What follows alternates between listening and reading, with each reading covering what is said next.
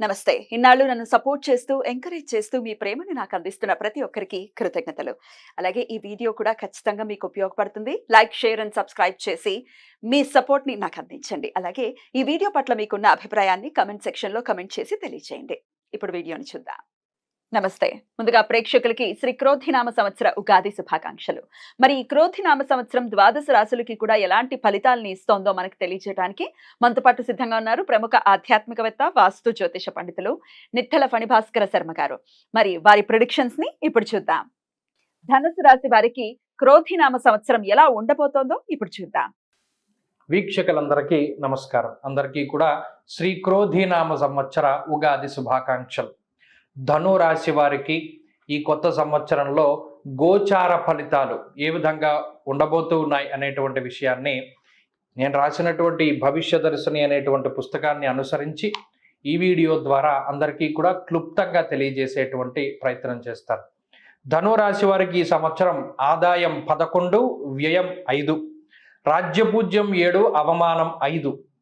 అయిపోయి నిజమేనా అండి? మా రాసేనా అండి ఇవి? ఏమంటే మీరు ఆదాయం 11, వ్యయం 5 అంటున్నారు, రాజ్యపూజ్యం 7, అవమానం 5. రాజ్యపూజ్యం ఆదాయాలు ఎక్కువ, లేకపోతే అవమానమును వ్యయం తక్కువగా ఉన్నది నిజంగా ధనురాశేనా అని ఈ రాశి వాళ్ళందరూ 1-2 సార్లు చూసుకుంటారు. మనం గతంలో కూడా చెప్పాం, 2020 మొదలుకొని ప్రతి సంవత్సరం ధనురాశి ఏ విధంగా రూపాంతరం చెందుతుంది. నిజానికి ధనురాశి కాదు, ప్రతి రాశికి నేను అలాగే చెప్తాను. అయితే వీళ్ళు ఎక్కువ ఫోకస్ చేస్తారు నా మీద, ఎందుకంటే వీళ్ళకి నాకుండే అనుబంధం అటువంటిది. 2020లో ఈ రాశికి జన్మంలో గురుడు రావడం మంచిది కాదు అని చెప్పి నేను చెప్పాను. నన్ను సరే ఏదో అన్నారు, ఇవి మీరు ఎలా చెప్తున్నారు, మిగతా వాళ్ళందరూ బాగుందని.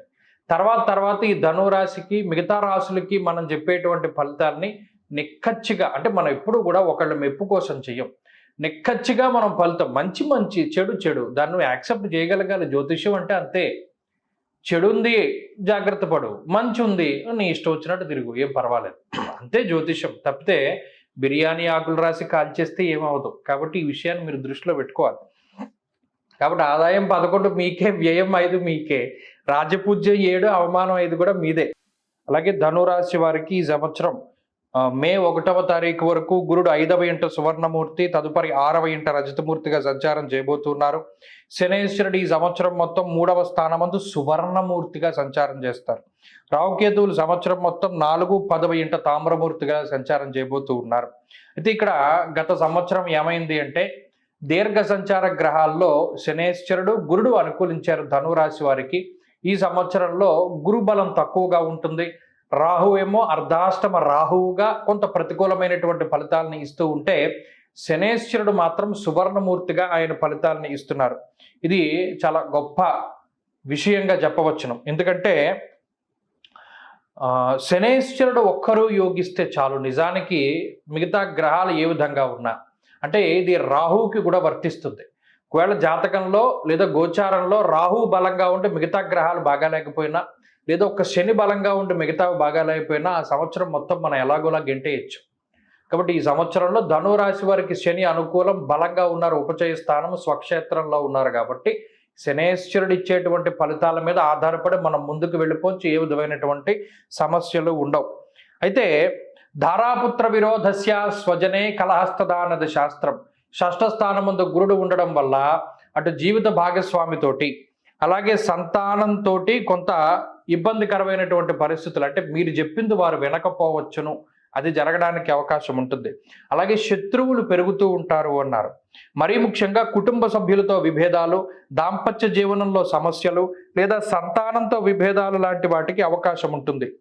రుణం చేసి వాహనాలు, వస్తువులు కొనుగోలు చేయడం, అప్పు చేసి అనగా ఈఎంఐలు పెట్టుకుని, ఆ అప్పు చేసేటువంటి పద్ధతుల్లో ఈఎంఐలు అవి పెట్టుకుని ఆప్షన్స్లో లగ్జరీ వస్తువులు, ఎలక్ట్రానిక్ వస్తువులు, అలాగే బ్రాండెడ్ వస్తువులు లాంటివి కొనుగోలు చేయడం, బంగారాన్ని కొనుగోలు చేయడం జరుగుతూ ఉంటుంది. బంగారాన్ని తాకట్టు పెట్టి గోల్డ్ లోన్ తీసుకుని ఏదైనా మనం వాటిని కొనుగోలు చేసి ఇటువంటి పరిస్థితులకు కూడా అవకాశం ఉంటుంది. అలాగే శుభ కార్యక్రమాలు చేయడానికి అవకాశం ఉంటుంది. అగ్ని వల్ల, దొంగల వల్ల, ఉన్నతాధికారుల వల్ల కొంత సమస్యలు ఏర్పడడానికి అవకాశాలు ఉంటాయి. అలాగే గురుడు 6వ స్థానంలో ఉండగా స్థూలకాయం రావడానికి అవకాశం ఉంటుంది, అనగా ఒబేసిటీ. అలాగే ఈ పిట్యూటరీ గ్లాండ్ అని ఒకటి ఉంటుంది. ఆ పిట్యూటరీ గ్లాండ్ పాడైపోయి దానివల్ల థైరాయిడ్లు లేదా జెనెటిక్ పరంగా వచ్చేటువంటి వంశపారంపర్యంగా వచ్చేటువంటి సమస్యలు, ఇన్హెరిటెన్స్లో కొన్ని సమస్యలు వస్తాయి. వాటి పరంగా కొంత జాగ్రత్తలు తీసుకోవాలి. అలాగే శనేశ్వరుని యొక్క తృతీయ స్థాన స్థితి ఎప్పుడూ ఈ రాశి వారిని కాపాడుతూ ఉంటుంది. ముఖ్యంగా గురు రాహువులు ఇచ్చేటువంటి ప్రతికూలమైన వాతావరణం నుండి కాపాడుతూ ఉంటుంది.